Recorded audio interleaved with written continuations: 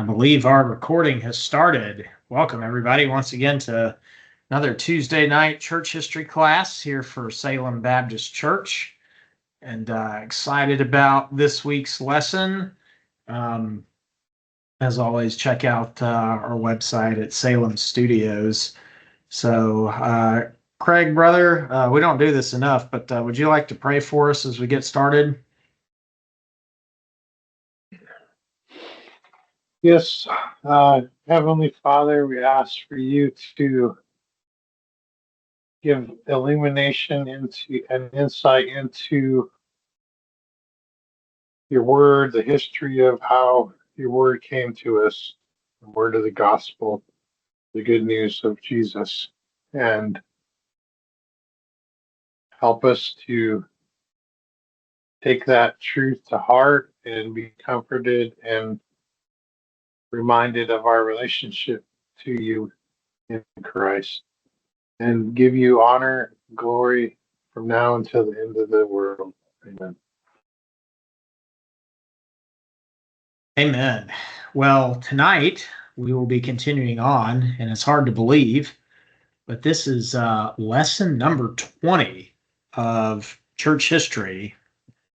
As I said, we are taking this in bite-sized chunks and not afraid to kind of plow deeply into these subjects. We are still in volume 1 of History of the Christian Church, though we are towards the end of volume 1. We're literally in the last chapters. We are covering the history of the various New Testament books. Tonight, we find ourselves in the Acts of the Apostles, and we will also have a brief introduction to the Epistles, which we will be covering over the next number of weeks. So with that, there's a little bit of an overview, once again going through kind of following off of Schaff's ordering of things in History of the Christian Church. We'll just be talking a lot about the Acts tonight, and then we'll give a brief introduction to the Epistles. So, continue on with our New Testament history portion of the class, and find ourselves in the Acts of the Apostles, and we want to once again kind of start with the author himself. So, as the book itself tells us, in the first chapter, the author of the book of Acts is the same author as the third gospel, identified both by internal evidence as well as unanimous early church tradition as none other than Paul's companion, Luke the physician. So we have a nice little AI Gemini generated image over here of Paul and Luke on their very harrowing journey to Rome. I think there was a movie that was made about Paul within the past 10, 20 years, kind of a low budget film. And I think it would be great to have like a Hollywood epic capture the Acts of the Apostles in cinematic form, whether that be in a movie or whether that be in a TV series. There's so much fodder here. Some of the, as we discussed earlier when we were kind of going through the various apostles, some of the stories and events that take place in the Acts is just, it's kind of incredible. Unbelievable if it hadn't been recorded by an eyewitness. And so, as you can see, here is Paul here, along with Luke, holding on to this mast of this ancient ship. And here are the other sailors who are terrified for their lives because they did not listen to Paul when he told them not to sail at this particular time of year. But they did it anyways. And, well, they are facing the wrath of the Euraquilo or the Euroclydon, the fearsome northeaster in the Eastern Mediterranean, that will lead their ship to eventually be run aground on the island of Malta. And so Luke was present and an eyewitness to much of the latter half of the book of Acts. And so as he is writing, this is his second volume and his companion work that he wrote to Theophilus, who is, we discussed before when we talked about the Synoptic Gospels a couple of weeks ago. He's likely a Gentile of some distinction in Roman society. This phrase that's used, most excellent Theophilus, is probably uh, denoting some sort of government official who is serving for the Roman imperial state. And so Luke is writing an account, first and foremost, of the life and ministry of Jesus, and then secondly, the foundation of the Christian church. Um, some have theorized that Luke and Acts form almost an amicus brief type of document for Paul's trial before the emperor in Rome. Whether that remains to be seen, whether that is remains to be seen, and we may never know this side of eternity. But it's certainly an interesting little theory, and could possibly have some plausibility to it, especially if Theophilus is potentially a member of the staff that would have served the imperial court there in the city of Rome. Um, What's interesting about the language in Acts that connects it with the Gospel of Luke is that there are 50 unique words to Luke and Acts that are found nowhere else in the New Testament. And so this is strong evidence, not just the claim on face value, but the actual narrative itself contains evidence that one and the same hand penned both the third gospel as well as the Acts of the Apostles.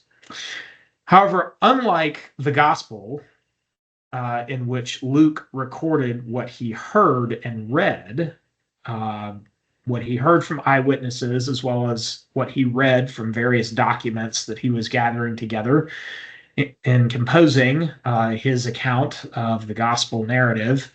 The Acts of the Apostles records events that Luke heard and saw with his own eyes, especially the latter half of the book. And so from chapter 16 onward, when Luke joins Paul on Paul's second missionary journey, Luke becomes an eyewitness to many of the events that we read about in the latter half of the book. So, whereas his former account records the work of Christ, this latter work records the work of the Spirit of God in the foundation of the church. And so that is a background behind the author, who is, once again, none other than Luke the physician. The object and contents. So the Acts of the Apostles, and Schaff rightly states this is the first true church history. As I mentioned a couple of weeks ago, Luke is the father, the true father of church history in a historical sense. Some people want to say Eusebius of Caesarea, writing in the 4th century, but it's really Luke who gives the first narrative account of the early church. And it's so important because this is not just any other church history. This is the original church history, the church history of the church that was founded by our Lord and his apostles there in the middle of the 1st century. From the death, burial, and resurrection of our Lord in the third gospel, starting out here in this second volume with the ascension, we see the growth and the progress of the early church from 120 disciples in the upper room in Jerusalem to a church that now spans 3 continents by the end of the book. Or spans lands in 3 continents by the end of the book, and has made it all the way to the imperial court itself in just 3 short decades. And so this is a book that is full of hope. If you're a post-millennialist, the book of Acts is certainly a book for you. And but I think our pre-mill and our ah-mill folks, and even our Dispy folks, will find the Acts of the Apostles to be an encouragement to them, and certainly a very edifying work. We see the Christian church birthed its growth, and then its maturation amidst conflict within and manifold persecutions without. In its 28 chapters, we find its subject concerned with the birth of Christianity in the capital of Judaism, in Jerusalem, that's chapter 1, to its arrival in the capital of heathenism, or old pagan Rome, in chapter 28. And we see kind of an echo, a little bit of Matthew's gospel in the narrative here, where the Lord said that you will be my witnesses first in Judea, or first in Jerusalem, and then in Judea and Samaria, and then to the ends of the earth. And so we see in chapters 3-7 the work that is primarily done in founding the Church at Jerusalem. Then there's the persecution of Stephen, as we see in this Renaissance era painting by Giacomo Cavadone, St. Stephen holding a gospel book. We see his martyrdom in Acts chapter 7, and then the church scatters to the remainder of Judea and Samaria in Acts chapter 8-12. We see conversions of Samaritans as well as Jews in other towns and cities in Judea and Galilee. And then finally, starting in Acts chapter 13 with the inauguration of Paul's first missionary journey, embarking from Antioch, we see the gospel going to the ends of the earth. And so the narrative of Acts kind of follows the promise of our Lord at the end of the Gospels, of the church spreading first from Jerusalem, then to the surrounding territory of all Judea and Samaria, and then embarking on a grand journey to the ends of the earth. It begins with the ascension, and it ends with the joyful preaching of Paul in Rome under house arrest as he awaits his first trial.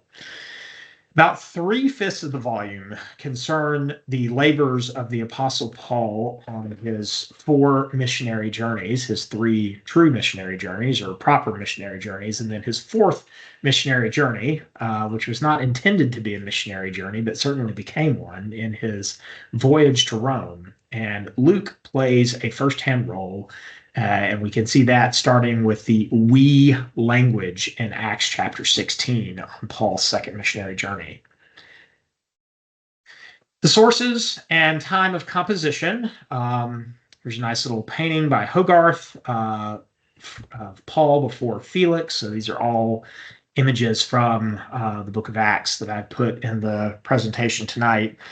For the first part of Acts, Luke had the same sort of kinds of oral sources, interviews with eyewitnesses, as well as patchwork written documents that he had for his gospel. And so he's compiling not only these firsthand witness testimonies, but also these documents that probably existed. This is probably the Q source. If you want to say there was such a thing as the Q source, it's probably none other than the oral tradition, as well as the fragmentary documentary tradition that existed prior to the proper composition of the New Testament books. So he had the same sources for the first half of the book that he had for his gospel. However, for the second half of the book, as we mentioned, he had his own personal experiences from which to work from.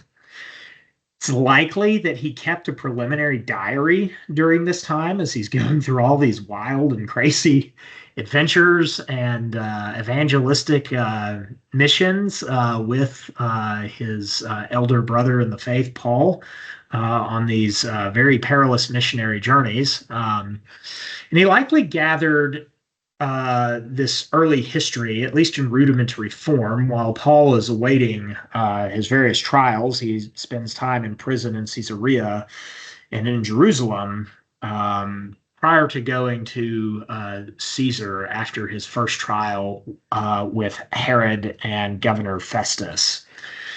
Given the lack of the reference of martyrdom, or the lack of reference to martyrdom of both Peter and Paul, also a lack of reference to the destruction of Jerusalem, later episcopal preeminence, we see the equivalence of bishop and presbyter in Acts chapter 17, which I think falsifies the Roman and Byzantine claims to authorities. There is no single bishops in these early churches. And also a lack of reference to the Gnostic heresy. Luke could not have written after 64 AD when the Great Fire in Rome happens, as we discussed all the way back in, I believe, lesson 4. So the most probable date, especially given who is in charge of Judea at that time and Governor Festus, the most probable date is likely 63 AD, a year before the Great Fire in Rome, and Paul has arrived in Rome and is under house arrest, awaiting trial under Nero. So, how does Acts relate to sort of the wider New Testament? I think Schaff rightly says that the Acts of the Apostles is the connecting link between the Gospels and the Epistles. In it, we see the crucifixion, the resurrection, the ascension, and the transformation of the timid 12 into lions of the faith.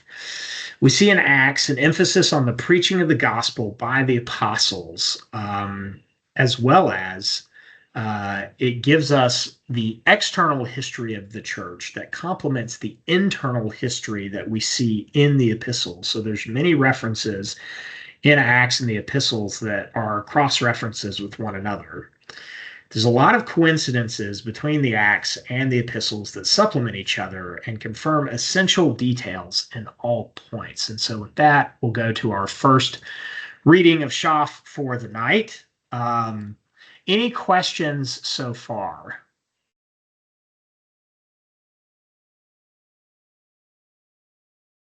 Craig, you enjoying this? Yeah, it's great. I just like trying to imagine this as you're talking about it. And I'm wondering like if Paul either proofread what Luke wrote or was excited to kind of read it, you know? Yeah, it's something I'm pretty sure he is aware of this book and probably gave it his sanction. Especially if this is indeed something that would be entered into evidence in Paul's trial, then it would make a lot of Yeah, that sense. was something I heard. What Remember, was that? I heard that theory years ago. I thought it was such a cool theory that Luke Yeah, essentially an amicus brief. Luke was trying to show in Paul's defense that the Christian faith is not a It's not threat to seditious. Rome. Yeah. They're not a seditious, rebellious sect. They're not trying to overthrow the Roman state. They're just trying to spread their faith while being good citizens. And how often is that the case of the church under persecution throughout history? They're trying to just share their faith, spread the gospel while also being good and wise and prudent members of society in the societies in which they exist. So, come to Schaff, some of the coincidences that we see between the epistles as well as the book of Acts. We have the account of Paul's conversion. Now, there's actually 3 different accounts in the Acts of the Apostles that Paul gives himself. One is given by Luke in third person, and then Paul recounts it, I think, in first person twice in chapters 22 and 26. We also see accounts of Paul's conversion, or at least allusions to it in his epistles in Galatians 1, 15 through 17, 1 Corinthians 15, verse 8, and then also in 1 Timothy chapter 1, verses 13 through 16. We see the coincidence of Paul's persecution and escape at Damascus. So Acts chapter 9, verse 23 through 25, the Jews take counsel together to kill him. And once again, for our audience out there, we're talking about the religious elite of their day. Remember, Paul and pretty much all the apostles and disciples at this point are also ethnically Jews, but they have been disowned by their nation. So the religious Jews who rejected Jesus took counsel together to kill him, but his disciples took him by night and let him down through a wall, lowering him in a basket. And then we see in 2 Corinthians chapter 11, verses 32 to 33, in Damascus, the governor under Aretas, the king, Aretas being the Nabatean king. So the Nabatean kingdom, which Petra of Indiana Jones fame was its capital. Nabatea was an allied kingdom of Rome. So it's not technically part of the empire, but it was one of these allied kingdoms that was on the periphery of the empire. So the Nabatean kingdom had many dealings with the Roman Empire, and later in the 2nd century would be incorporated under Trajan into the empire proper, and it becomes Christianized fairly early. But at this point, Aretas, who is the king of Nabatea, the king of the Arabs at that point, he obviously had lots of business in Damascus. He guarded the city of the Damascenes in order to take Paul, and through a window, Paul says he was let down in a basket by the wall and escaped the hands of the king. He was probably trying to do the Jews a favor because of trade and other relations with nearby Judea. We also see Paul's visits to Jerusalem mentioned in both Acts as well as in the Epistles. Acts chapter 9, verse 26 to 27, when he was come to Jerusalem, Barnabas took him and brought him to the apostles. Galatians chapter 1, verse 18, that after 3 years, counting from his conversion, I went up to Jerusalem to visit Cephas, that is Peter, and tarried with him 15 days. Galatians, I think it's Acts 15, verse 2. They appointed that Paul and Barnabas and certain other of them should go up to Jerusalem unto the apostles and elders to the apostolic conference to settle the question about circumcision. And then Galatians chapter 2, verse 1, then after a space of 14 years, I went up again to Jerusalem with Barnabas, taking Titus also with me, and I went up by revelation. Sinner motive does not, of course, not exclude the church appointment mentioned by Luke. We also see his mention of being left at Athens alone.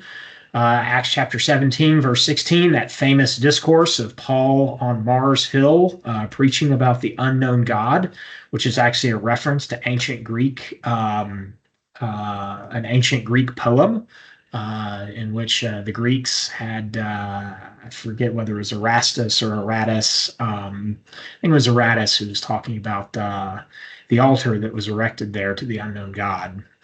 And then 1 Thessalonians chapter 3, we thought it good to be left behind at Athens alone and sent Timothy. And so this is a coincidence as well.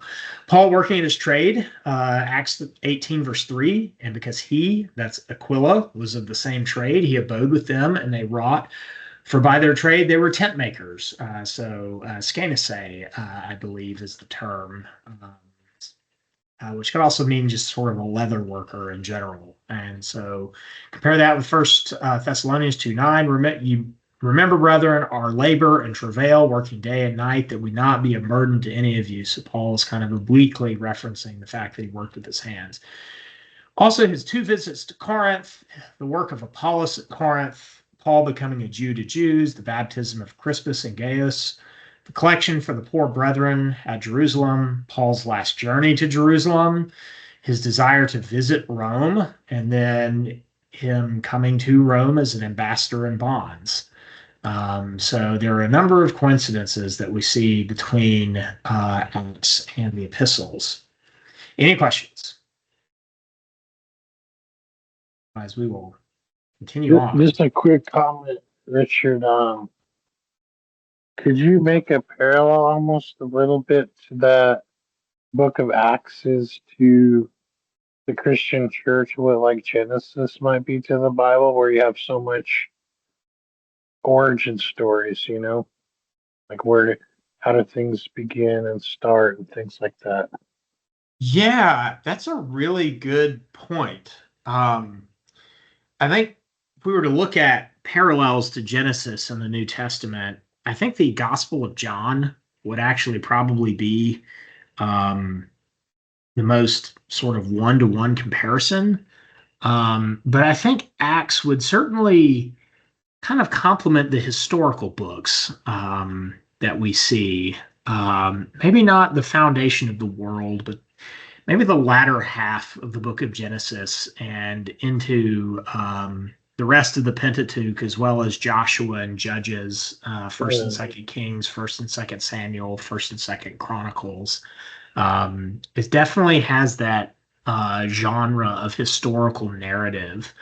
But I think you can see those parallels where we see the work of the one God in the Old Testament in the founding of the nation of Israel, especially towards the end of Genesis, and we see the work of the third person of the Trinity, the Spirit of God, in the founding of the church in the book of Acts.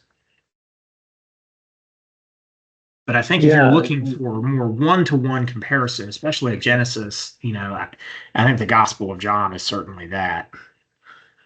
yeah, you talked about that last week. I agree with everything you said. But it just really shows us how, the importance God sees in understanding the beginnings, if that Yeah, makes sense. Like, even yeah, our friend talks about how God sometimes, you almost think his last name is, I am the, God who saved you from Egypt, right? And yep, as you teach the next generations, it's like always remind them that I took you out of Egypt. When I think in Acts, I think it's reinvigorating for the church or for every Christian to understand, here's our roots, here's where we came from, here's what God did that changed the world. yeah, exactly, exactly. Um, so I think what you're kind of hinting at, Craig, on the whole, and this is the way that Luke is writing, is that ours is a historical faith. This is not myth. This is not myth making. This is not mythos. This is a real story. It's a real historical set of historical occurrences that actually happened at real places uh, in real times at real moments in history that this is not simply a made up mytho history as certain neo-apollinarian Christian apologists and philosophers might say, for those who get the reference there. This is very much historical eyewitness accounts of things that actually happened in history. And the reason it's disbelieved is because of the supernatural elements of it. But I think the fact that you can't make sense of the historical narrative without the supernatural elements of the story, that it confirms the divine origin of the ultimate divine origin uh, of the work. So, Acts and secular history, and this is kind of what I was just alluding to. Um, this book of all the books in the New Testament, it brings the sacred history of the early church into direct contact with the secular history that we see in modern archaeology, as well as in non-Christian historical sources from that time. And so we actually begin to see the way in which the early church is contacting the wider world. Um, Here is actually a map of the Roman Empire at the time of Nero, the various provinces. The ones in yellow are actually, these are client kingdoms that exist at that time. So this is actually the Cottian kingdom there in the Alps, which would later be incorporated by Nero as a province. And then we have the Bosporan kingdom over here, which was one of Rome's longest standing client kingdoms. And this unfortunately, very troubled place in the world today, the Crimean Peninsula, unfortunately. But this is the way that the Roman ecumene would have looked, or ecumene, oikumene, however you want to say it, um, would have looked at that time. Notice that not all of England and Wales, or future England and Wales, are under Roman rule at this time. The conquest of Britain had started under Claudius, Nero's uncle or great uncle, an adoptive father. prior to Nero's accession, and Nero and then later Vespasian and Titus complete the conquest all the way up to the borders, the modern border of England and Scotland in the north up here later on. But the conquest was still ongoing. Things like Boudicca's revolt, other, sort of famous occurrences of history are happening at this exact same time that Luke and Paul and the early church are beginning their missionary journeys. There's only one major discrepancy with Josephus in the Acts, and this is probably resolvable. And we'll talk about that in a minute. There are many historically verifiable figures mentioned in Acts. And so by historically verifiable, I mean they have other attestation outside of the book of Acts. So Gamaliel, one of the great rabbis of Tannaitic Judaism prior to the destruction of the temple, who was Paul's own teacher. We see him in Acts chapter 5. We have two Herod Agrippas, Herod Agrippa I, who has a very untimely death, as we'll discuss, and then his son, Herod Agrippa II, who's one of the ultimate slippery politicians of the ancient world. His sister or cousin, who I believe is also his wife, Bernice, or Berenike. She's also a very interesting figure in ancient history, nearly marries the Emperor Titus. So the Emperor Titus, who is famous for destroying the temple in Jerusalem, he had a Jewish lover. And possibly if he had married her, we could have had Jewish emperors in the Roman Empire, even after the destruction of the temple. So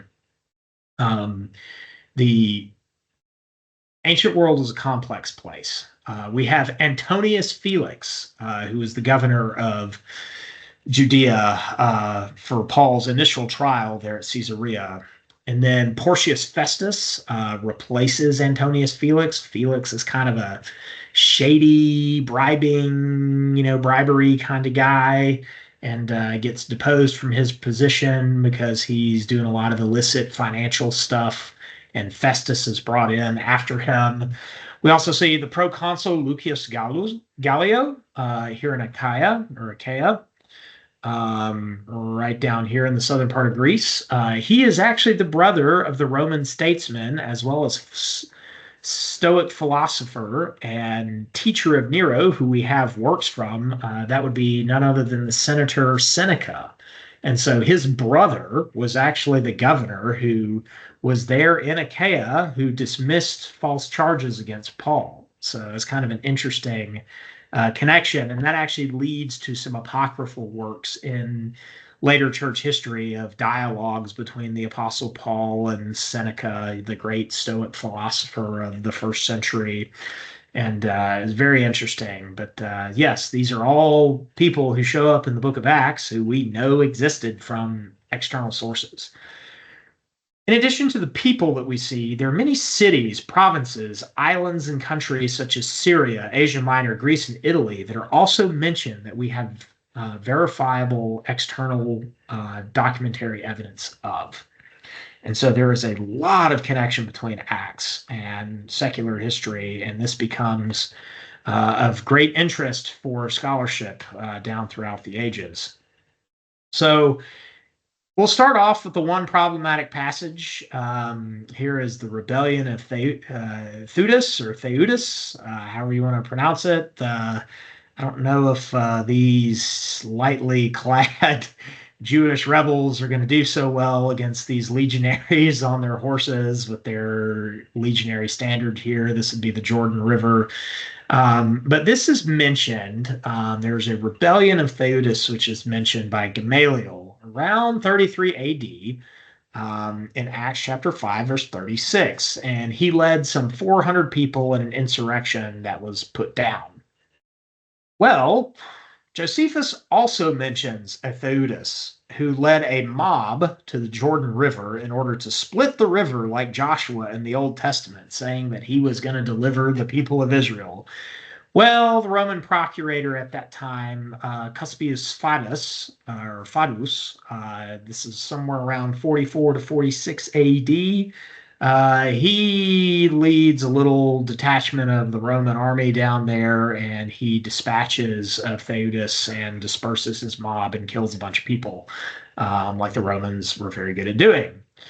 Well, there's a problem with this because Gamaliel's speech took place over a decade prior to the rebellion of Josephus' Theudas. There are some secular historians who say that Luke committed an anachronism because they don't actually believe that Gamaliel uttered these words. They think that Luke, writing around 63 AD, is taking an event that happened 20 years earlier and he is putting it all the way back in the census. Because I think what I forgot to mention, if you read Acts chapter 5, verse 36, can someone actually pull that up real quick and read that for us? Craig, do you have that? I could get it pretty quick here. Acts 5. You said Yes. 5, Richard? Yes, Acts chapter 36? 5, verse Okay. 36. For before these days, Theudas rose up, claiming to be somebody, and a number of men, about 400, joined him. He was killed, and all who followed him were dispersed and came to nothing. Yep. Okay, that's it. Yeah. So actually that's all that needs to be mentioned. Yeah. So Gamaliel is, this speech is probably about 33 AD, and then the actual Theudas is 44 to 46 AD. So did Luke commit an anachronism here? Is there an error in our Bible and this is not really the word of So God the, and we can just kind of throw everything that Luke says away?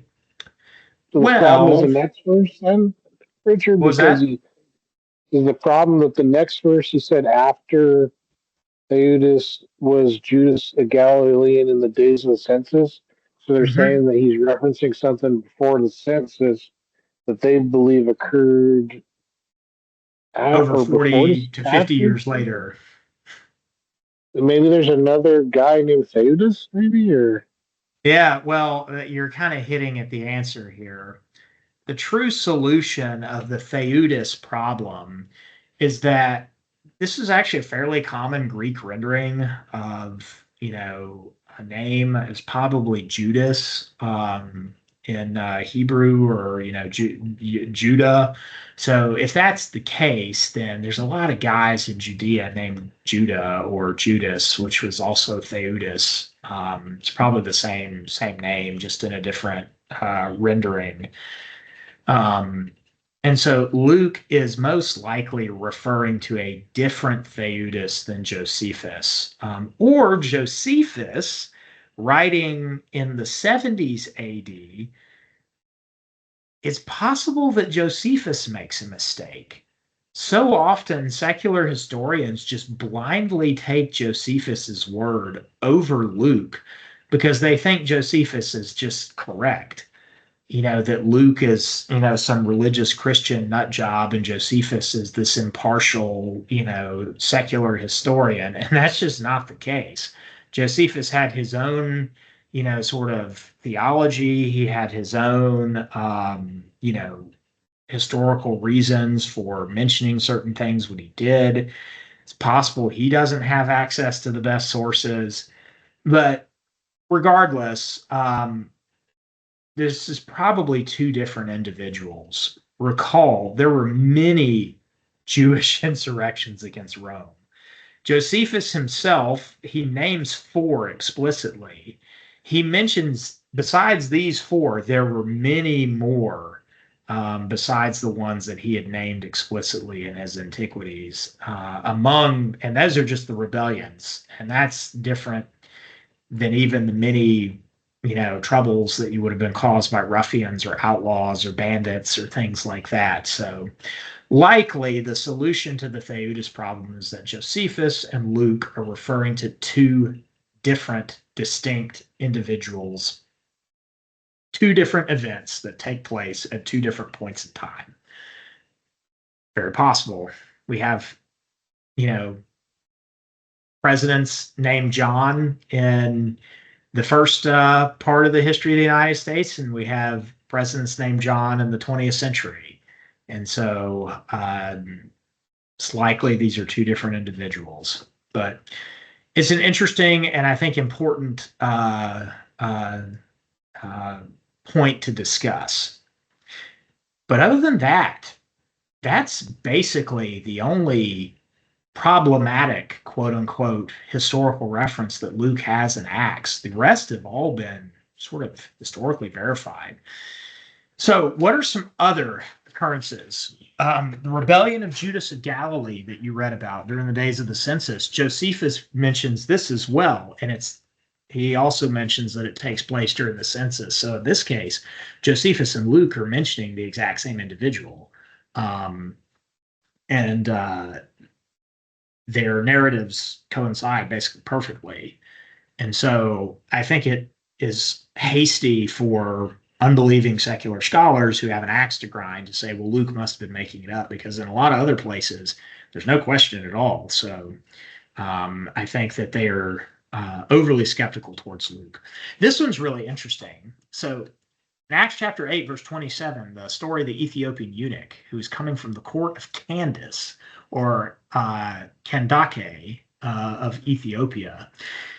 This title, not individual, is actually confirmed by the Greek geographer Strabo, writing about 50 to 75 years, maybe 100 years prior to Paul.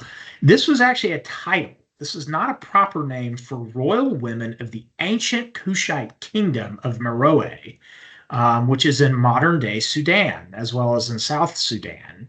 That's why I had a discussion a few weeks ago with Vocab Malone. We were talking about the foundations of the Ethiopian church, and I was texting back and forth with a really good friend of mine who is an Ethiopian, and she is a member of the Ethiopian Orthodox Church, which is an Oriental Orthodox Church, not an Eastern Orthodox Church. And we were talking about the foundation of the Ethiopian church, and they like to talk about the Ethiopian eunuch, and it's like, okay, I get it. But ancient Ethiopia is not the same as modern day Ethiopia. Modern day Ethiopia is more ancient Abyssinia or the kingdom of Aksum, which later conquers what was originally Ethiopia, which is Kush. And so it's actually ancient Kush, which was the country just south of Egypt on the upper reaches of the Nile River. And to the Romans and the Greeks, basically anything upriver of Egypt, once the Egyptians, said this is as far south as our country goes, anything south of that was called Ethiopia by the Greeks and the Romans. So it's actually more consistent with the modern borders of Sudan and South Sudan, as opposed to the modern nation of Ethiopia, which is just to the east.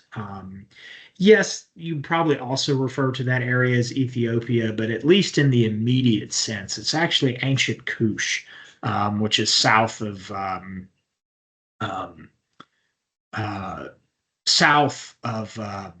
Egypt, referring to basically Sudan and South Sudan. And so in that kingdom, the ancient Kushite kingdom, queens would have this title of Kandake, queen mothers could have this title, or even the sisters of the kings could have this title. So was she the monarch herself ruling over Kush? It's unlikely. There's probably a male king, but this would have been a royal woman whom this eunuch would have worked for. And so that's another really fascinating one. One of the most famous things that's mentioned by Luke that is confirmed by not just by Josephus, but actual physical hard archaeology, as well as many other sources, is the great famine that took place under the Emperor Claudius in Acts chapter 11, verse 28. It's approximately 46 AD and lasts until 51 AD. It's a very severe famine. There's stories mentioned by Josephus of Queen Helena of Adiabene, which is essentially what was left of Assyria by that point in modern day northern Iraq. It was a kingdom that lay between the Parthian Empire to the east and the Roman Empire to the west. And so it was one of these buffer states, along with Armenia and Edessa and some of these other, sort of border kingdoms between Rome and Persia. She shipped grain and figs into the empire um, to help the people. There are stories of Roman citizens in the city of Rome throwing dried up, crusty bread at Claudius as he's going through the streets, demanding that he restore the grain dole. It's believed that this famine was caused by sort of unpredictable flooding in the Nile Delta. Ancient Egypt was the breadbasket of the Roman Empire. It was much more fertile and lush than it is today, and you didn't have as much salt buildup at the mouth of the Nile, and so Egypt was a very important source for food. And it's thought that disturbances in the sort of regular hydraulic cycle or hydrologic cycle of the Nile is what led to this famine. But this is also confirmed historically. The death of Herod Agrippa I, which you read about in Acts chapter 12, and especially the sort of gruesome nature of it, where he's eaten by worms and dies. Josephus confirms that Herod died of a very loathsome disease in the 7th year of his reign in 44 AD, which is exactly when Luke places it as well. Were these actual worms, or was this just like worms? And perhaps some people have said maybe it's gastric cancer or something like that. Who knows? But regardless, Herod Agrippa I dies in this very gruesome way after, exalting himself. So yeah, that's another coincidence. These are really good, by the way. I've really enjoyed reading about this week. It's really fascinating, the history here. Number 6 and 7 are kind of related to one another, and this has to deal with the way in which the provinces in the Roman Empire were divided between the emperor and the Senate during the days of the Principate. So Cyprus was a proconsular or Senate-run province rather than a pro-praetorian or emperor-run province. And this is seen in Acts chapter 13, verse 7. Recall from lesson 4 when we talked about Augustus. He divided the empire's provinces between himself and the Senate. So the Senate took kind of the richer, more internal provinces like in Greece and Africa, sort of southern Gaul, parts of Spain. Those were run by the Senate. And then the governors there were often proconsuls. So these were men who had served in the consular office. Also, once again, remembering back to lesson 4, where we talked about sort of the details of Roman Republican government. Consuls would be elected. And so proconsuls were often former consuls who went out to the provinces at the behest of the Senate to serve essentially as governors in the imperial or in the senatorial provinces. Cyprus was long thought to be an imperial province by his secular historians, run by a pro-praetorian legate. So this is the Legatus pro praetorii Augusti, I believe is the title. So essentially a Roman general, a military governor, would run the imperial provinces. So like Judea, for instance, Pontius Pilate is a general. He is a military man. He is not a senatorial guy in his primary role. However, it's been now confirmed that Cyprus actually in 22 BC became a senatorial province run by a proconsul, confirming Luke's description of Sergius Paulus as a proconsul and not as a propraetor. And so Luke's description of Paulus's title is actually correct. We also see there is proconsular status of Achaia under Gallio, who we mentioned earlier, the brother of Seneca. This was a province that kind of changed hands a number of times. It was a senatorial province under Augustus, then became an imperial province under Tiberius, and then became a senatorial province again under Claudius. And it was under Claudius that Gallio served as a proconsul, not a propraetor. And so when Paul was at Corinth, Lucius Junius Gallio Annianus, the brother of the Stoic philosopher and statesman Seneca the Younger, was the proconsul of Achaia. So, are y'all enjoying the very in-depth, gritty historical details here, guys? Yeah, it's interesting. I had 2 questions I wanted to ask.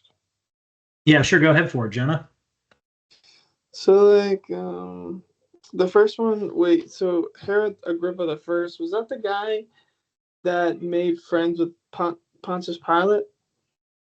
I can't remember if that was Agrippa or if that was Antipas. There's a lot of Herods. Yeah, I know.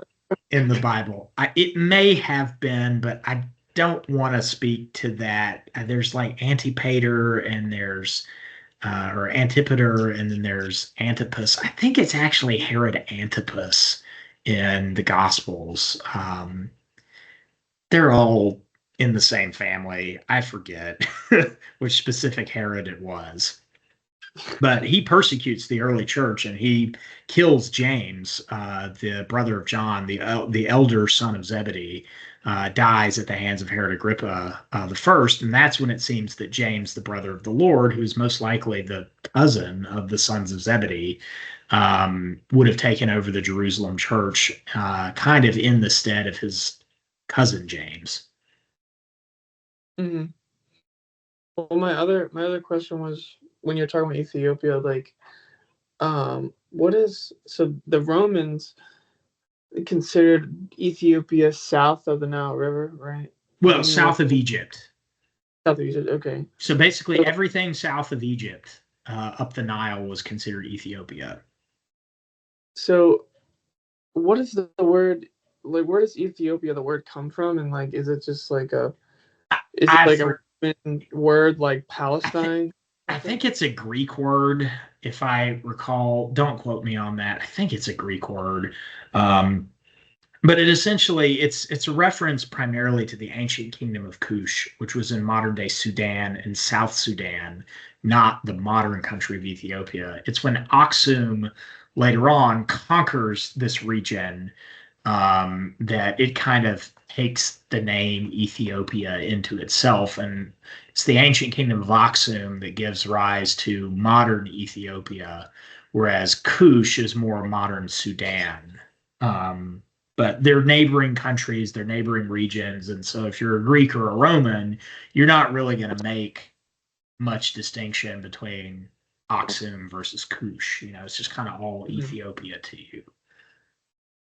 Okay. Yeah. So, Richard, the origin of Ethiopia's word, ancient Greece, Ethiops, which I knew it was a Greek word. Sunburnt or burnt face comes from ithod, I burn, and ops, which is face. So it's kind of like Greek writers like Homer and Herodotus would describe dark-skinned populations living south of Egypt. Yeah, exactly. Yeah. If you were a dark-skinned person who came from south of Egypt, you were basically an Ethiopian to the Greeks and the Romans. They didn't distinguish, you know, Kush versus Aksum versus, you know, any of the other sort of, you know, principalities or tribal, you know, lands that would have existed in those days. Everything was just kind of Ethiopia to them south of Egypt. But the Ethiopia proper at this time in history is really Kush. It's not Aksum. And so Kandake, this was the title of the royal women of the court of the kingdom of Kush at Meroe.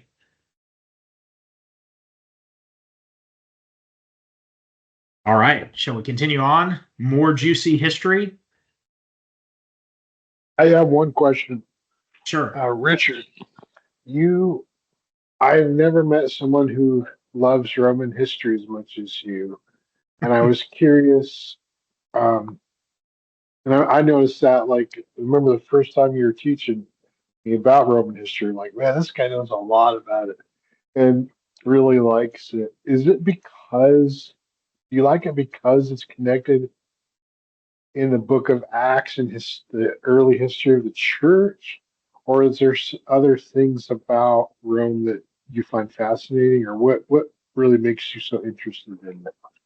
Yeah, I think it really is its connection with the New Testament story. Certainly, there are many fascinating things about Rome from just sort of a Western history, Western civilization sort of perspective. But what ultimately preserves all of the sort of pagan history of Rome, whether it be the early Republic or Julius Caesar or, the Punic Wars, all of these things, what is ultimately the thing that preserves Rome for the West? It's the Christian church. What is Rome's ultimate cultural, historical legacy that it's left to the world down to today? It's Christianity is the legacy of the Roman world to us today. And we see the transformation of pagan Rome into Christian Rome in the early centuries after Christ. That I think is one of the most incredible stories in world history, how Rome is conquered before it falls to the barbarians. It's conquered from within by one of the religions that sprung up in its midst. Um, and that's the sort of historical perspective. But we see the Christians were not separate from the culture they were in. They were Jews, they were Greeks, they were Romans, all of the various nations and peoples that existed within that civilization. Um, Christianity is not an ethnic religion. It crosses social and ethnic and, geographic boundaries within the empire to ultimately capture Caesar himself one day, to where the Roman emperor is wearing a cross instead of a grass crown. Well, you Where, see that in the Old Testament, even, Richard, how God seems to point to that this is something that speaks to God's glory, that God is too big for just the Jewish nation. He yes, would say that all of these nations will have people who are written in my book. I think I was just reading the yes, other day. I may have sent you that verse, but I was fascinated. Like all these these nations, God talks about them, and yeah, he predicts that they will come and bow down to Zion, which is really the significance of Zion is that's the presence of God in the Old Testament. And now yeah, in the New Testament, where's the presence of God, the temple of God? It's yeah, the Christian. It's yeah. amazing. Yeah, I mean, Adiabene, for instance, that's Assyria. That's essentially the kingdom that, succeeds Assyria. How did these, why do the Assyrian people to this day still exist? Because of Christianity. Why does, the ancient Egyptian language still exist? Because the ancient Egyptian language is used by the Coptic church down to this day. So it's Christianity that actually preserves the Yeah, cultural that's legacy of where Egypt. Yeah, the language is preserved through the Yeah, scripture. Like English settled once, was it Tyndale or somebody? He puts with Wycliffe, those guys put the yep, words of English, write it down in the Bible, and all of a yes. sudden the language that keeps changing kind of gets more settled and fixed. Yes, exactly. And so I think you see that Christianity preserves the best of those pagan civilizations, but it gets rid of the dross. And so all of this cultural legacy you sort of see cascading together, whether it be Greece or Rome or Egypt or, Assyria or Persia. All of these things are ultimately leading and pointing to the Christian story. And we know about so much of these things. This is the argument that Tom Holland makes in his book Dominion, how Christianity made the modern world. That so much of what we know about the ancient world is read through the lens of the Christian church that subsumed these various cultures and civilizations. It's almost, you could describe it as salt. Yeah. There is no Latin sung in Roman temples today. Roman temples have all been abandoned, but you will find the Latin language spoken in the Latin church. You will find it spoken in the Roman church. And Latin becomes the language of medicine, science, all these things, because Latin becomes the ecclesiastical language of the Christian church. And it's actually the Christian church that preserves pretty much everything that we know about the ancient sort of Western world.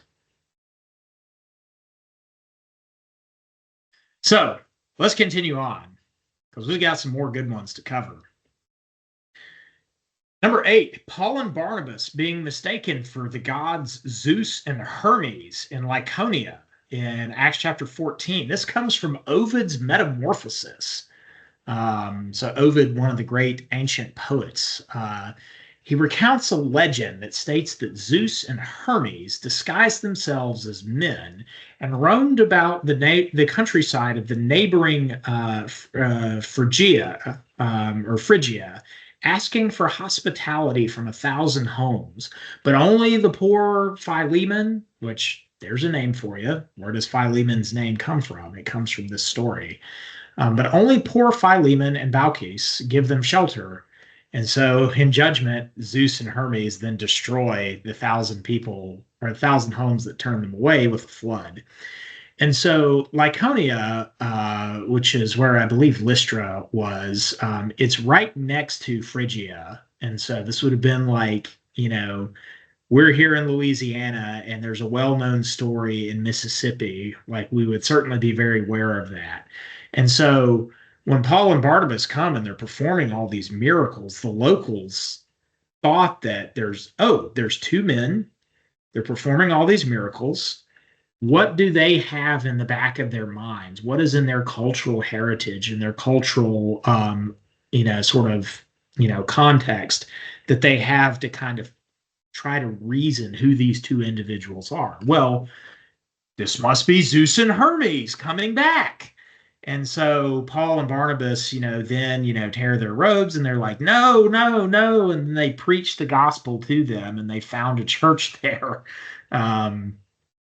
Because they're pointing them to the true God. But it's really interesting that there's this connection there in Acts chapter 14. Number 9, the colonial dignity of the city of Philippi.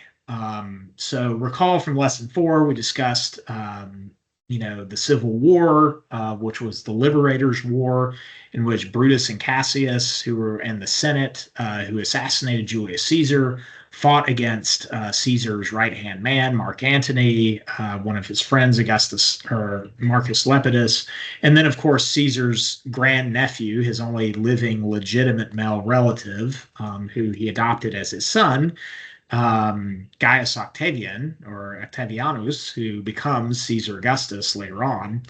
After Augustus wins the empire, he overthrows Antony and exiles Lepidus and subdues the Senate. He then takes the title Princeps, basically saying, I'm just the first among equals. I'm just here to restore the Republic. So the Roman Empire was inaugurated by a man who said he was really just restoring the Republic. But he and Mark Antony famously defeated Brutus, and Brutus dies in this battle. And as Schaff says, and thus perished the last embers of the old Republic. So Brutus is defeated here. The Senate is subdued, and Augustus allows his veterans, many of whom had served under Julius Caesar as well, to settle in Philippi, near where the battle took place. Remember, this is also a city that's named after Philip of Macedon. It is a Macedonian city. And so there's a connection to Alexander the Great as well. And so there's this tremendous cultural heritage that the city of Philippi has, being both connected to Alexander as well as to Caesar.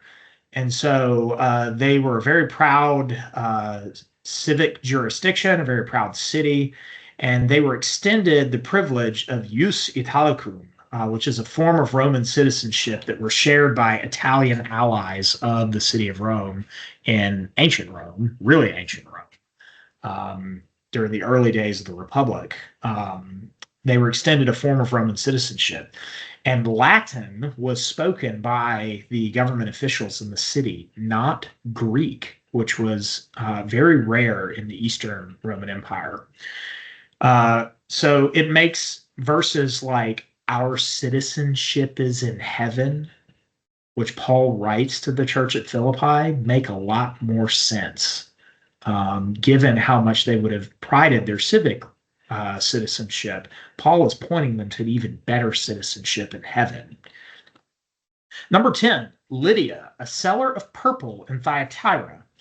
So this is a woman who, I guess she had traveled to Macedonia, even though she was from Thyatira in Asia Minor.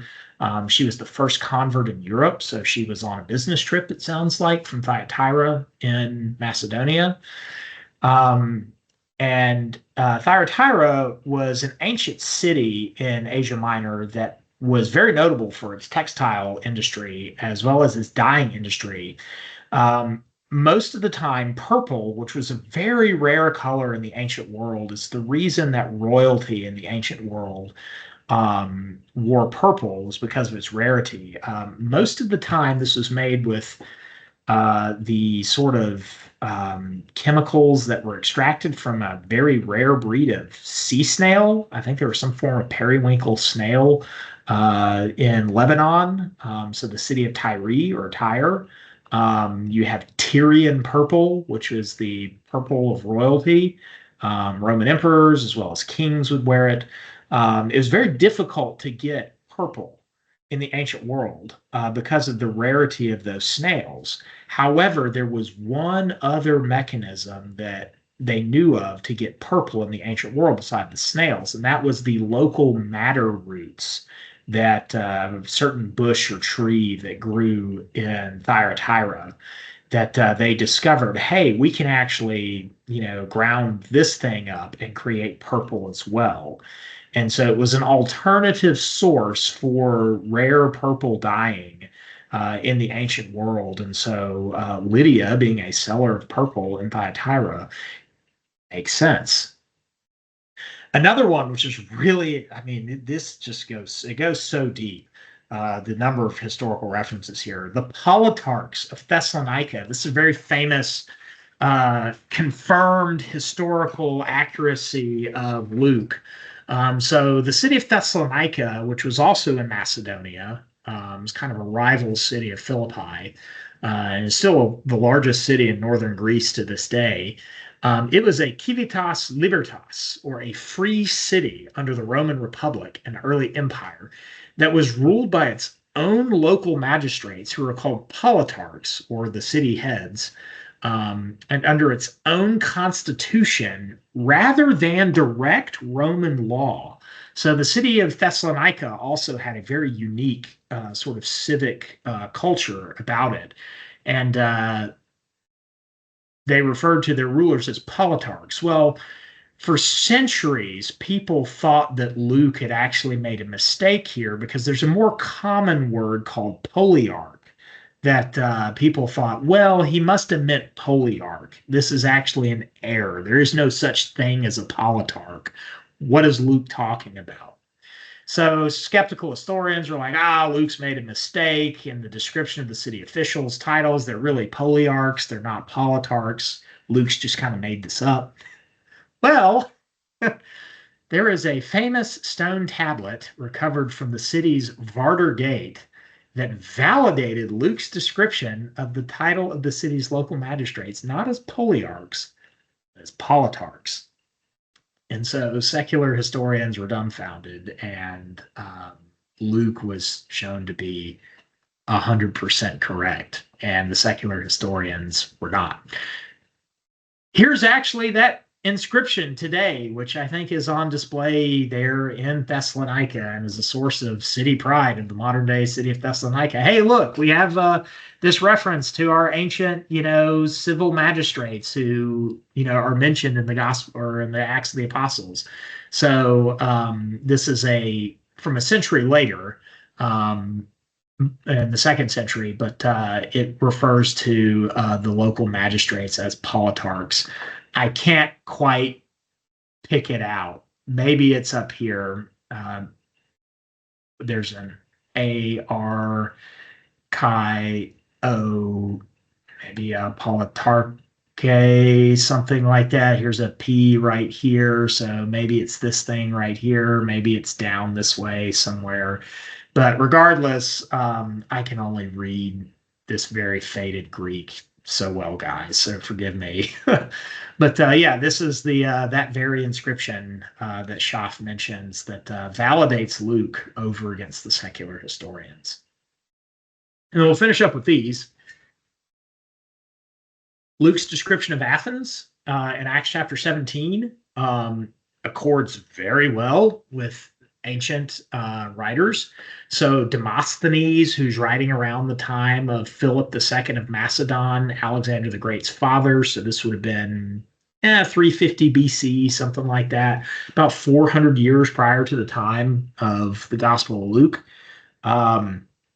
He critiques his fellow Athenians as idle people who spent their time in gossip and wanting to hear novelties. Luke echoes this language very closely in Acts. And Paul, centuries later, is likely making reference to Demosthenes in his famous opening phrase in his speech against the encroaching tyranny of Philip II of Macedon. He says, Andres Athenaoi, men of Athens. And so Paul says the same phrase, Andres Athenaoi, ye men of Athens. And Demosthenes was railing against the Athenians for giving up their democracy at the hands of this king from Macedon, whereas Paul is getting their attention to preach to them the gospel. And so it's very interesting that same language is used of Athens in Acts, as you see in Demosthenes 4 centuries earlier. The description of Ephesus, ancient Ephesus in Acts chapter 19, the famous temple of Artemis, the Latin name being Diana. So the Romans and the Greeks had equivalent names for their pantheon. You'd have a Greek name and a Roman name. So you have like Zeus and Jupiter, Heracles and Hercules, Mars and Ares, Diana and Artemis, Neptune and Poseidon, those are all, the same, Hades and Pluto. They would have, a Latin equivalent of the Greek god. So the famous Temple of Artemis, one of the 7 wonders of the ancient world, only recently excavated within the last century or so in Ephesus. The description of there being a temple warden, a very large theater. They discovered a 25,000 seat amphitheater there in Ephesus. This is probably where the riot occurred that we read about in Acts.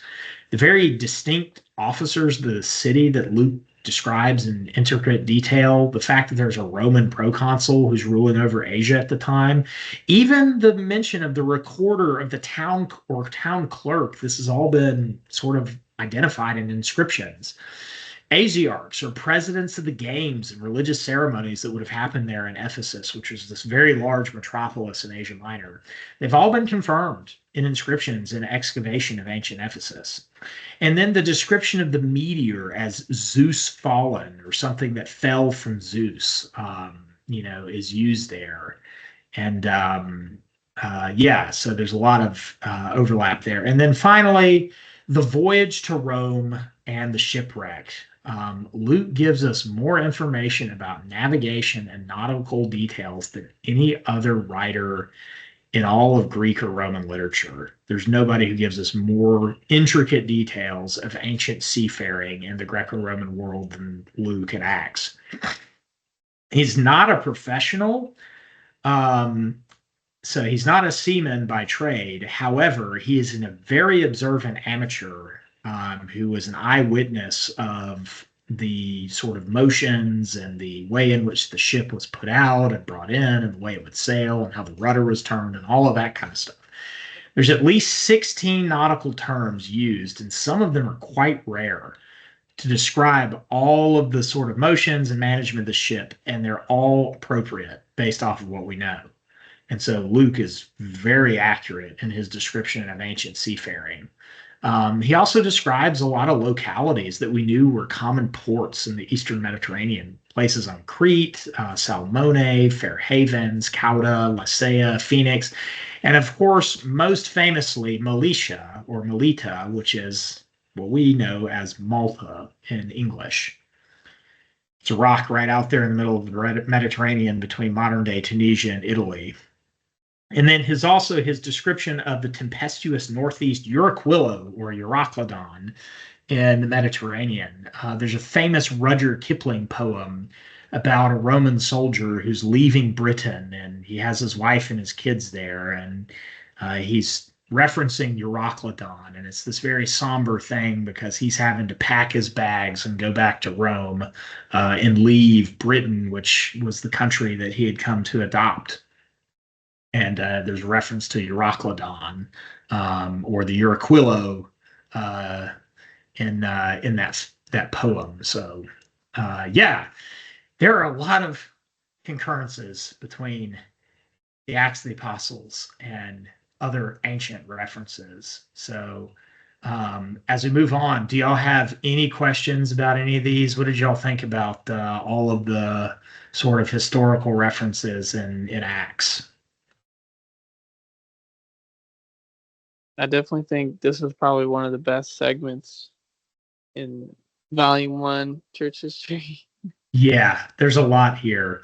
I love the Andreas. I thought Athenaoi. I have to try and give my best, Greek, oratorical rendering there. Men of Athens. You can almost hear Paul, it'd be like one of us, quoting a famous speech from George Washington or something like that, and using the same language to get people's attention.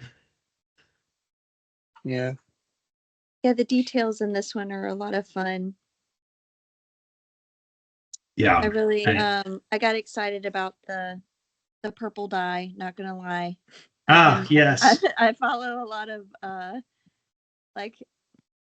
I'll read articles and watch segments on ancient dyes and practices and what we use today and what they're worth. And that purple dye from snails is actually I forget the exact equivalent, but it's worth more than gold even today. Yeah. It's extremely rare. And so to have an alternate source besides the snails and this so-called madder roots, right, would have made Thyatira a very important textile center. Is that where Lydia was, you say? I forget the exact chemical process. Oh, no, I was asking Lydia. Lydia was a seller purple, right? Yes, she was a seller purple. They're actually not even sure how they extracted the purple dye from these really obscure snails. There's very few. It's a super tedious process, and if one small thing goes wrong, it completely changes the pigment color. It can be more of a red or a blue purple. It's super, super interesting. Yeah. Yes, I mean, one of the ones that I like the most out of these, I love the reference to the colonial dignity of Philippi, simply because it makes Paul's, you know, admonition or his exhortation. We have a better citizenship, and it's incredible that it's exactly what they needed to hear, and it's something they would have deeply understood, being citizens of the city of Rome outside of the city and outside of the Italian peninsula. I mean, it was very rare in those days, and so it was very prized. And yet Paul is pointing to them to an even better citizenship than the one that they had as Romans. It's beautiful. Yeah. So, and then of course, as the nerdy Roman historian amateur that I am, the way that the various governors are titled is always fun. And then obviously, Paul and Barnabas being mistaken for Zeus and Hermes is part of a very famous local legend that ends up in famous Roman poet Ovid's Metamorphosis. I thought was really, really good as well. So, and there's the refutation of all of our Reddit atheists right there who say that Luke was wrong. So I refer to all secular scholars. They are now Reddit tier atheists, in my humble opinion. So the fedora and the neckbeard is not doing them any favors. So we're gonna. Yeah, so they're all fedoras and all neckbeards. That's how I refer to secular scholars and secular historians who doubt the Bible narrative. So, yeah. Oh boy. So we're gonna rag on those neckbeards and fedoras some more. So there's this idea that Acts is like a falsified history among some. It's like, well, there were all these different competing sects of Christianity. And I put this in lesson 16, if you guys remember. This is a nice little Gemini generated image of there's Barnabas here, Paul here, Peter and James here, along with John here in the back, as the three pillar apostles are giving Paul and Barnabas the right hand of fellowship to go and spread the gospel among the Gentiles. Modern skeptical critics, our fedoras and neckbeards, charge Acts with intentional falsification of history to try and reconcile competing visions of Jewish and Gentile Christianity. They see Acts in its completed form as a second century little c Catholic Irenicon or Irenicum, or peacemaking document that is designed to smooth over all of the sort of, harsh conflicts of the first century. They say that Acts' omission of Paul's conflict with Peter at Antioch in Galatians chapter 2 and his friendly interview with James is a fiction by omission and commission, respectively. However, this skeptical approach runs into difficulties in that Galatians itself says Paul was accepted by the pillar apostles in that very same passage in Galatians chapter 2. And also the recognition that James, as we discussed before, and we'll get to this when we talk about the Catholic epistles next week, or not next week, but 2 weeks from now, because I'm preaching on Sunday and traveling this week. So I'll mention that at the end. But James is probably writing before Paul to a very different audience there in Judea under very different circumstances than the ones that Paul is. And so you kind of have to take into account the context of the books themselves. And negatively, in favor of real history, Luke does record a lot of conflicts in Acts. He's not showing this as, some smooth process at all. We see Paul's conflict with Barnabas. These two men are going to come to conflict on the second missionary journey over Mark. The fact that Mark turned back in Acts chapter 13. And what's good for that is that Paul and Barnabas divided their labors, and by dividing their labors, the gospel went even further. And so Paul doesn't record this in his own epistles, and yet Luke does. And so there are certainly internal evidences as well as external evidence is to show, no, Luke is not just trying to smooth over all the conflicts and the problems in the first century church. He records plenty of them. And I mean, there's other things like the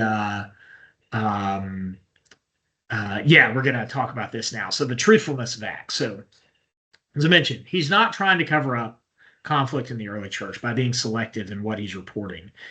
He talks about a lot of problems: the hypocrisy of Ananias and Sapphira, the institution of the diaconate arising from the fact that you had Hellenistic widows. So these are Greek-speaking Jewish women, as opposed to Aramaic-speaking Hebrew women, who were being passed over in the alms of the church. And so the widows who spoke Greek as their first language were being, kind of pushed to the side.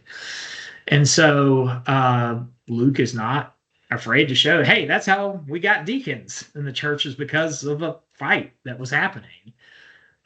He shows the weak nature of Mark and the conflict between Barnabas and Paul over him. And remember, Mark was a kinsman of Barnabas. They were cousins. And then there is the outburst of Paul against the high priest, showing that Paul did not always respect decorum.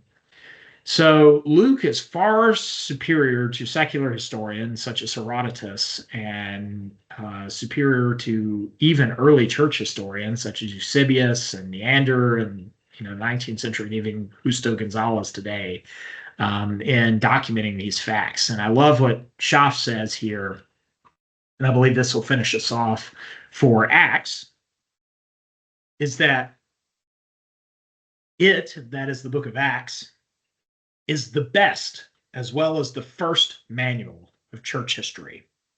And I think there can be nothing better said about the book of Acts. And of course, here is Paul preaching in Rome to this very eclectic crowd with this nice centurion here in the background.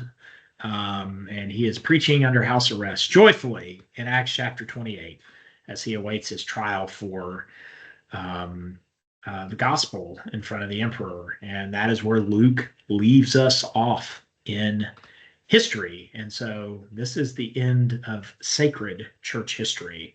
And so all church history that comes after this is not sacred, but it's post-apostolic in origin. And so with that, we have the end of sacred church history in the Acts of the Apostles.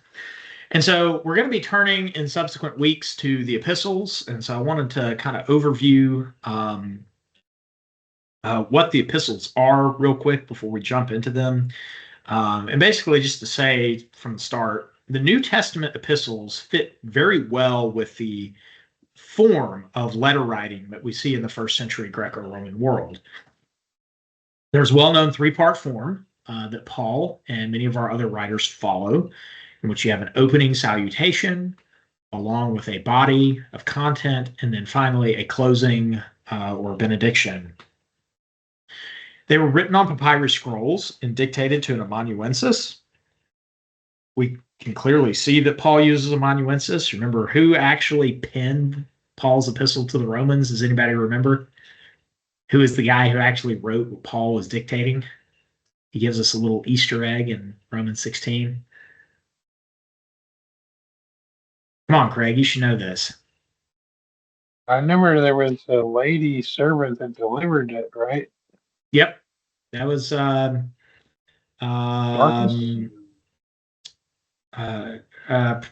Prisca, I forget her. Phoebe.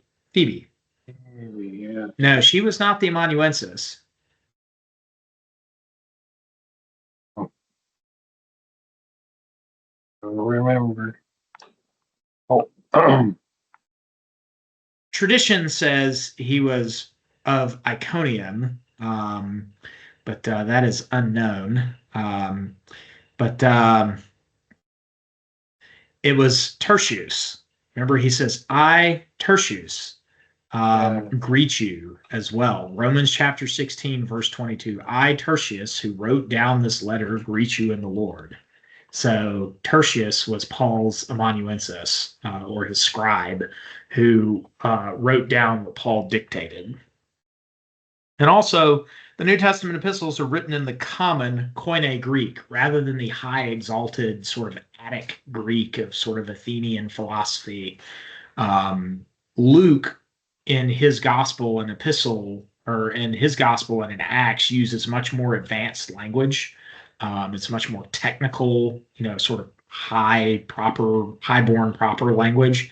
Whereas Paul, as well as Peter and James and the others, they're using the very common everyday Greek that would have been used by common people. And that was the common form that we see in the letters. However, the content of the New Testament epistles are quite different from the pagan literature around them. You have these pagan openings to various pagan gods or things like that is substituted with Christian theology. Ancient epistles were almost exclusively private letters between individuals. Now, we do see pastoral epistles to Timothy and Philemon and Titus. Most of the epistles are written to communities. They're written to entire churches or even groups of churches. And so this is a little bit unusual in that community is being addressed, not just an individual. And then ancient writers would insert their nobility or their credentials, and that becomes substituted for apostolic authority. And so here's a famous painting of St. Paul writing his epistles by Valentinin de Boulogne. Or Bouillon. And let me read the end of volume 1. And this will take us to the end of the lesson. We scroll all the way down. Last paragraph, 618. I always like finishing off with something that Schaff writes. If my PDF won't blow up on me. So, Schaff writes, the epistles of the New Testament are without a parallel in ancient literature and in yield in importance only to the Gospels. I don't necessarily agree with that. I think the epistles and the Gospels are equally important, which stand higher as Christ himself rises above the apostles. Like I said, I think Dr. Bob has a little thing here where he's like, I disagree with Schaff strongly. There is no disconnect between the Gospels and the epistles. Amen. So they are pastoral letters to congregations or individuals, beginning with an inscription and salutation, consisting of doctrinal expositions and practical exhortations and consolations, and concluding with personal intelligence, greetings, and benediction. They presuppose throughout the gospel history and often allude to the death and resurrection of Christ as the foundation of the church and the Christian hope. They're composed amidst incessant missionary labors and cares, under trial and persecution, some of them from prison, and yet they abound in joy and thanksgiving. They were mostly called forth by special emergencies, yet they suit all occasions. Tracts for the times, they are tracts for all times. Children of the fleeting moment, they contain truths of infinite moment. They compress more ideas in fewer words than any other writings, human or divine, excepting the Gospels. They discuss the highest themes which can challenge an immortal mind: God, Christ, and the Spirit, sin and redemption, incarnation, atonement, regeneration, repentance, faith and good works, holy living and dying, the conversion of the world, the general judgment, eternal glory and bliss. And all this before humble little societies of poor, uncultured artisans, freedmen, and slaves. And yet they are more real and general value to the church than all the systems of theology from Origen to Schleiermacher. Yea, than all the confessions of faith. For 1,800 years, and Schaff was obviously writing in the 19th century, so it'd be almost 2,000 years for us. They have nourished the faith of Christendom and will continue to do so to the end of time. This is the best evidence of their divine inspiration. Epistles are divided into two groups, Catholic and Pauline. The first is more general. The second bears the strong imprint and intense personality of the apostle to the Gentiles. And so with that, we wrap up our lesson for tonight. As I mentioned earlier, and this will be for the audience, next week, because I am preaching on Sunday this week, and because I am also traveling for a conference, we are not going to be having church history next Tuesday, but we are going to be picking back up the following Tuesday with the Catholic epistles. And yeah. What were your thoughts, Craig? Sean? Y'all enjoy it? You still with us, Sean? Yeah, I'm still here. Awesome. So what'd y'all think? Any questions? Any comments? I got one question. Not to sound like a Reddit tier atheist. So so you went through all the references to history in Yeah. Acts.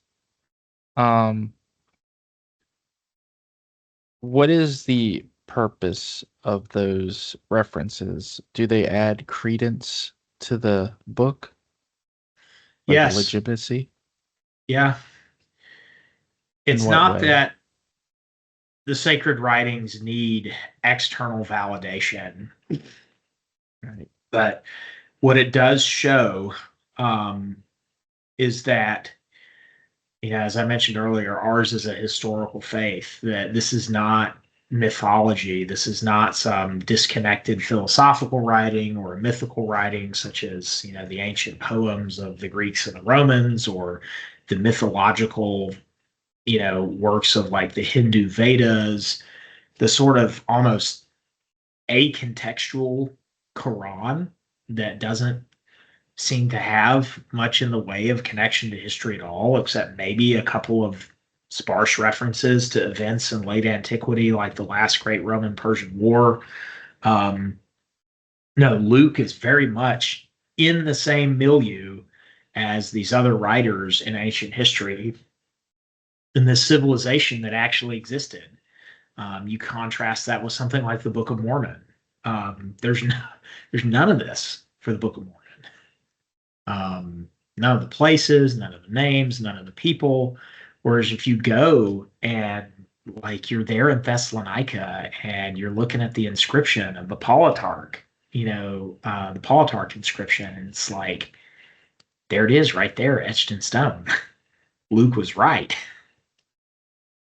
And, you understand like we were talking about the purple dye there in Thyatira, this sort of alternate sourcing with the madder roots, and Paul and Barnabas, being mistaken for Zeus and Hermes in Lycaonia, and like seeing like, yeah, this is like the immortal God through his Son and his Spirit in his people is interacting with real history. It's not made up. It's not fake. It's not a myth.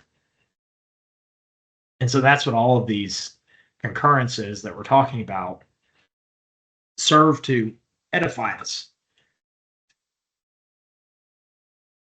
Well, the same purpose that Acts was written, right? What Luke Yeah. said to Theophilus, to make sure the things that you had learned and give certainty Yes. and assurance to what you were taught by ministers of the gospel.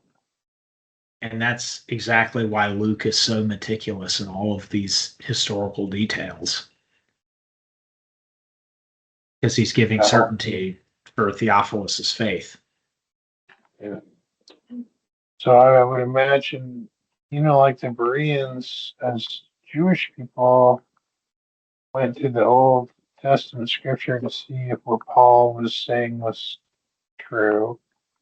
Perhaps Roman Theophilus could examine Luke's writing in a similar fashion, say, is what this man's saying accurate and true, and could validate, yes, indeed, this is the truth. and the message is true about Christ. Right? Yeah. So it's kind of an apologetic thing. It's also a confirmation of belief to those who have it.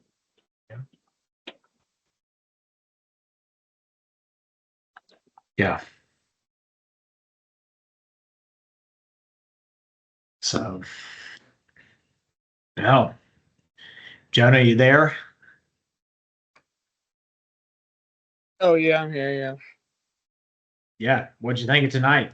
Anything that stuck out? Um. Yeah, I missed like the first, I think, 10 minutes of it. I had to go to Best Buy, but no, like when you're mentioning Acts and Luke, those are pretty good references and sources I never knew about ever. So that was really cool. Yeah. Yeah. No, this is a really fun lesson to prepare for. I certainly enjoyed it, and I hope it's of some Yeah. use to the audience. I'll go ahead and cut the public recording, and we can continue talking for a little bit. So, look forward to seeing everybody again in 2 weeks. And thank you all for coming to Church History. And please like, comment, and certainly subscribe to our Salem Studios channel. So we will see you guys next time.